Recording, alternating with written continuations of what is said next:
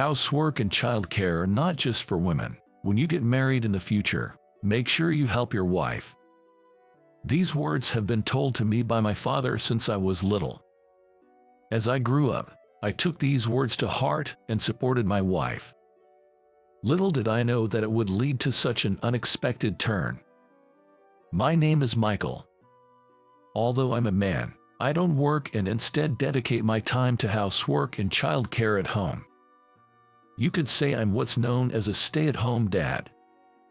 In exchange, my wife, Lisa, is a career woman who excels at her job. I grew up in a household where both of my parents worked. However, a few years after I was born, my mom's job became more demanding. Additionally, her workplace was over an hour away from our home. She couldn't find the time to do housework and childcare as she used to. So, after discussing it, my parents decided that my dad would take on the primary role in housework and childcare. Since my dad had a shorter commute and his job wasn't as demanding, he had more time to spare for housework and taking care of us. By the time I was aware of it, it had become normal in our household for my dad to handle the housework and childcare. When I got home in the evenings, I would find my dad cooking dinner in the kitchen. This was a usual scene in our home. Being an everyday cook, my dad was good at it and made delicious meals. He would make a variety of dishes, from pasta to beef stew, and many more. On weekends, my dad would take me to the park to play together. He was also the one who attended school events. I remember standing out at my first school open house in elementary school because my dad was the only father there. At that time, when another child asked, "Why isn't your mom here?" I realized that my family was a bit different from others. After the open house, I asked my dad why, and he explained the situation to me. "Your mom couldn't come because of work, but she cares about you a lot, whether it's a man or a woman. It doesn't matter who does the housework and childcare. When you get married in the future, make sure you help your wife," he said with a smile. As a child, I felt that even though my family was different, I was perfectly happy with how things were. I never wished to change or dislike my family. Although my mom was always busy, she would take us to amusement parks or zoos on her rare days off. I could clearly feel my mom's love for me. As I got older, I was asked to help with the housework. In today's world, it's good for men to know how to do housework. Knowing how to do household chores will never be a disadvantage in the future. When I was told that, I thought becoming independent was still a long way off, and it seemed like a hassle. Back then, playing with friends was definitely more fun. But I had to do it because my dad developed back pain. Once I started doing it, I realized how hard housework was. There were endless tasks like laundry and cleaning. I realized that each task had its own set of procedures that I needed to remember. Moreover, I noticed that it required quite a bit of physical effort. I was in charge of cleaning and laundry, and I found cleaning to be particularly tiring. The idea that indoor tasks would be easy was quickly dispelled. For the first week of helping out, I was overwhelmed just by completing the tasks assigned to me. It amazed me that my dad had been doing this heavy labor every day. To be honest, housework was nothing but a pain for me at that time. I just wanted to finish quickly and go out to play. That was when I realized. I've never heard Dad complain about housework being hard. Maybe it's not tough for him, I wondered. When I actually asked my dad, he shook his head and said, "Yes, housework is hard for me too. When I first started, I wasn't good at it and often burned the food. It ended up making your mom worry more." "So why did you keep doing it?" "Because I wanted to support Mom. She works really hard at her company. Naturally, she's exhausted when she comes home. I wanted to help her out even just a little. If I do the housework, it reduces Mom's burden. You like Mom, don't you, Michael? If you try hard, it will make Mom happy." "Got it. I'll try to do it with that mindset." From then on, I changed my attitude and started doing housework more diligently. Even the toilet cleaning, which I disliked the most, I tried to do as carefully as possible. Then, I realized that I felt a sense of accomplishment when I finished. Looking at the clean toilet made me feel refreshed. Doing housework properly feels good, I thought. Thus, while it was tough, I started to find joy in doing housework and became more proactive in helping out. My dad thanked me, saying, "It really helps that you have been helping out more lately." It seems like Mom also heard about my efforts from Dad. "You helping out shows how much you've grown.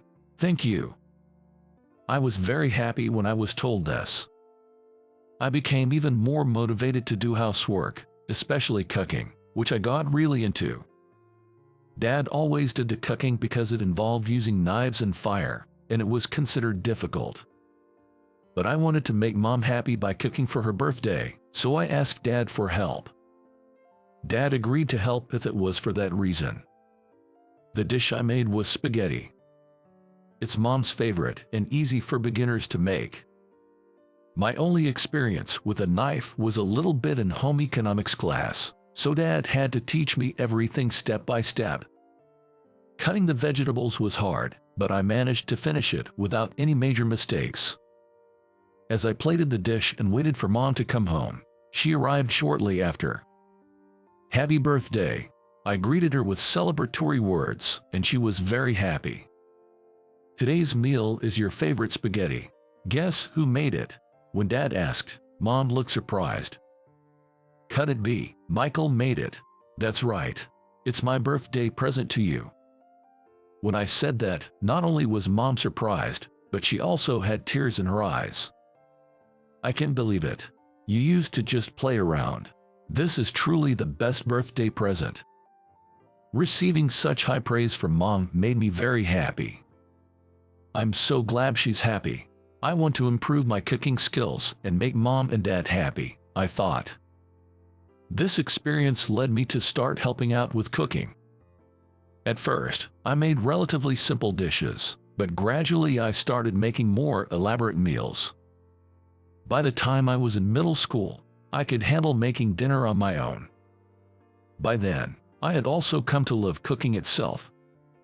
I not only modified recipes Dad taught me but also created original dishes. Gradually, I became interested in a career related to food, and when I started job hunting in college, I focused on food companies. Fortunately, I got a job at a major food company. Even after joining the company, my love for cooking remained. I made my own lunch every morning and ate it during lunch break. One day, while eating at the office, my colleague Lisa asked me about it. "Hey, who made that lunch for you?" "Oh, I made it myself." "Really? It's so elaborate and has so many different things. I thought maybe your mom made it for you." "I live alone, so it's not my mom," I said with a laugh, and Lisa responded, "That's amazing. I'm not that good at cooking, so I'm a bit jealous. Do you want me to teach you? It's quite easy once you get the hang of it." I sent some recipes I had saved on my phone to Lisa's phone. "Thank you. I'll try making it right away." Lisa said that and left with a happy look. The next day, when I approached Lisa while she was eating her lunch, I noticed a slightly burnt hamburger in her lunchbox. "Oh, don't look at this." Lisa quickly hid her lunchbox when she saw me. Sorry. I followed the recipe you gave me, but I ended up burning it. The taste is also bland. Can I watch you cook next time? I want to get a little better at cooking." Sure." I was surprised by the sudden request but had no reason to refuse, so I agreed. On our next day off, I invited Lisa to my house and taught her how to make hamburgers. Lisa wasn't very skilled, but she listened to my instructions carefully, and we successfully made the hamburgers. The seasoning was perfect too. This became the start of Lisa and me cooking together on our days off. With each session, I was drawn to Lisa's lively and cheerful personality. On her birthday, I made a surprise cake and confessed my feelings. I like your kind personality too, Michael.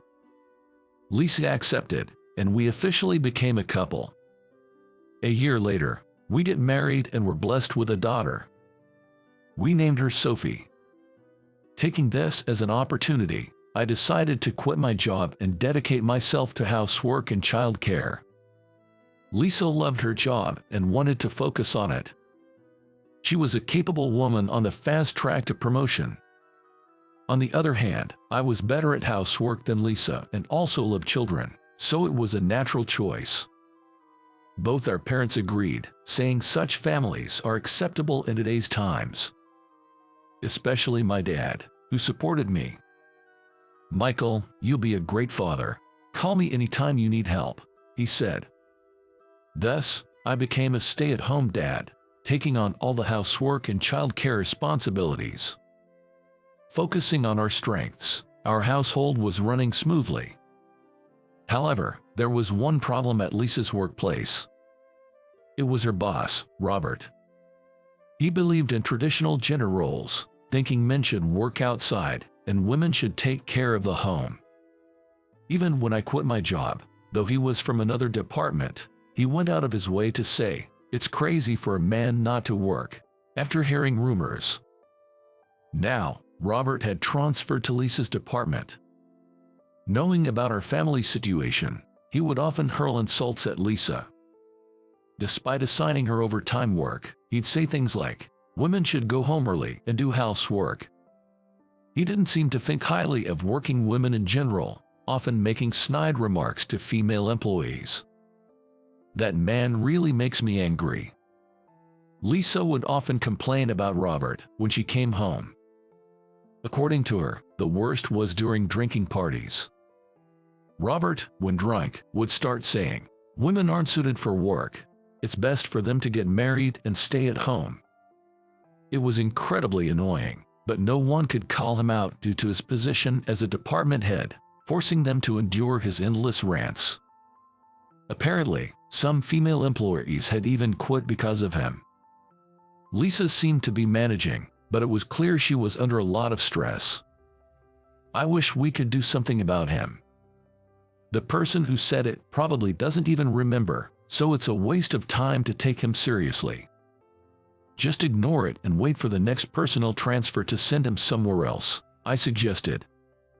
Listening to Lisa's complaints and helping her relieve stress have become part of my daily routine. One morning, as usual, I was preparing Lisa's lunch to take to her company. According to Lisa, her colleagues thought she made the lunch herself. It wasn't that she said anything in particular. It just naturally led to a misunderstanding. I could imagine Robert making snide comments again if it came out that I was the one making it. And I didn't particularly want her coworkers to know I was the one preparing it, so I left it as is. The lunch was successfully prepared that day as well. But a small incident occurred. Sophie started a commotion after spilling her milk during breakfast. It seemed some of the milk got on her clothes as well. While I was dealing with this, it was time for Lisa to leave for work. I hurriedly sent her off, cleaned up the spilled milk, and changed Sophie's clothes, then returned to the kitchen. That's when I noticed Lisa's lunchbox sitting there alone. Oh no, I forgot to give it to her in all the rush. I called Lisa's phone. "I forgot your lunch, so I'm going to bring it to you now." "Ah, that's right. I'll wait in front of the company then. If I go to the office, Robert might see me." Understood. It was about time to drop Sophie off at daycare, so I could stop by the company afterward. I put Sophie in the lunchbox in the car and headed to the daycare. Then, I drove to Lisa's company. Upon arrival, Lisa was waiting in front of the company. I parked the car and handed her the lunchbox. "Sorry I forgot to give it to you when we left the house." "It's okay. You always make it for me, so no worries." With that, the trouble was resolved. Just when I breathed a sigh of relief, a figure suddenly appeared behind Lisa. I was startled to see who it was. It was Robert. He was holding a bag, seemingly about to go out. As soon as he saw me, Robert frowned. Well, if it isn't Lisa's husband. What are you doing here? I've run into someone unpleasant. I fought to myself, but decided to respond as neutrally as possible. Actually, my wife forgot her lunch, so I came to deliver it. Is that so? By the way, I overheard your conversation. Are you the one making lunch every day? Yes, that's right. I'm probably going to get a few snide remarks now, I thought. As expected, Robert started ranting, snorting disdainfully. Are you a full-time house husband? A man not working and just staying at home is a burden to society. Making lunch is supposed to be a woman's job. It's disgraceful for a man not to work and just do household chores. You have a child, don't you? Can a child grow up properly in such a household? He went on and on as if he had been waiting for this moment. What's wrong with a man doing housework? It's not causing any trouble at the company, I thought. I was furious but thought it was not wise to argue back here. Making a scene could negatively affect my wife's position at her company. I was about to deflect a comment lightly when Lisa shouted. Enough is enough, Lisa exclaimed loudly. I was surprised by my usually calm wife's outburst. Housework, including child rearing and cooking, is a respectable job. We have discussed and agreed upon this division of labor in our household. Please don't meddle in our family's decisions. Besides, my husband being a stay-at-home dad doesn't inconvenience you, Robert. So please leave us alone, Lisa said firmly. Robert, taken aback by her assertiveness, mumbled something and walked away. Lisa calmed down and apologized. Sorry for raising my voice. I was just so angry. No, it's fine. If anything, I'm grateful. Thank you. I was genuinely relieved Lisa had spoken up, but I worried about the repercussions of standing up to her boss. Unfortunately, my concerns came true. Since that incident, Lisa became a bigger target for Robert, facing an onslaught of daily harassment. About a month later, Lisa was visibly exhausted. Moreover, it became clear from the newly announced personnel changes that Robert would not be transferred. Why don't you quit the company? We have enough savings, and you can take your time to find a new job. Well, maybe I should. Lisa agreed. However, a significant change occurred shortly after. The company's president was suddenly replaced by a woman. The previous president had fallen ill and could no longer work, leading to this change. The new president, being a woman, implemented a series of reforms from a female perspective. She promoted paternity leave for men and supported female employees in returning to work after pregnancy and childbirth, spreading ideas completely opposite to Robert's. Robert was demoted after a meeting with President Johnson exposed his discriminatory beliefs and history of harassment. Lisa decided against quitting and continued working as before. The company has become so much more comfortable to work for, she said happily. In a few years, the company became popular among women for its positive reputation, and the number of female employees increased. We also started to gain attention as an exemplary couple. As proof, I was interviewed for the company newsletter, where I shared my views on housework and childcare. After the newsletter was published, I became known throughout the company group as a commendable stay-at-home dad. Furthermore, the reputation spread externally. Thankfully, I was approached by the media and started writing a column on childcare and housework in a magazine. Initially anxious, I managed with the editorial team's help. I hope my experiences can help others. My parents were delighted when I informed them. I'm so glad to see you've become a great father. My dad even called and said. Interestingly, there seemed to be a change in Robert too. When Lisa had to meet him for work, he apologized for his previous harassment. After being demoted, he explained the situation to his wife, who left him due to his arrogant attitude. Facing the challenges of housework alone made him realize its difficulty. After convincing his wife to return, he began helping with housework. When he asked me for housework advice, I couldn't believe what was happening. Lisa was amazed. In any case, it's great that things have improved. Our family might be a bit unconventional, but Lisa and I are doing what we love. I want to continue protecting this happy home.